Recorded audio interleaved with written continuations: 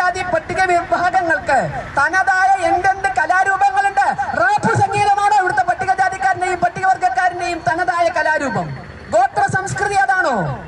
അവരുടെ വ്യക്തിത്വം ഉറപ്പിക്കേണ്ടത് അതാണോ? പട്ടികജാതി പട്ടികവർഗ വികസന വകുപ്പിന്റെ ഫണ്ട് ചെലവഴിച്ചുകൊണ്ട് പാലക്കാട് ഒരു പരിപാടി നടത്തുമ്പോൾ പട്ടികജാതി പട്ടികവർഗ വിഭാഗവുമായി പുലബന്ധം പോലും ഇല്ലാത്ത റാപ്പ് മ്യൂസിക്കുകളാണ് അവിടെ കയറേണ്ടത്? അതിന്റെ പേരിലാണ് അവിടെ ക്രമസമാധാന പ്രശ്നം ഉണ്ടാകേണ്ടത്? ഇന്ന് വേടന്മാരുടെ തുണിയില്ലാച്ചാട്ടങ്ങൾക്ക് മുമ്പിലാണ് ആ സമാജം അപമാനിക്കപ്പെടുന്നത്. അതുകൊണ്ട് സാധാരണക്കാരന് പറയാനുള്ളത് കാതു തുറന്ന് കേൾക്കണം. കഞ്ചാവോളികൾ പറയുന്നതേ കേൾക്കൂ എന്ന ഭരണകൂടത്തിന്റെ രീതി മാറ്റണം. വേദിയിൽ എത്തിച്ച് അതിന്റെ മുന്നിൽ പതിനായിരങ്ങളെ തുള്ളിക്കേണ്ടി വരുന്ന ഗതികേട്.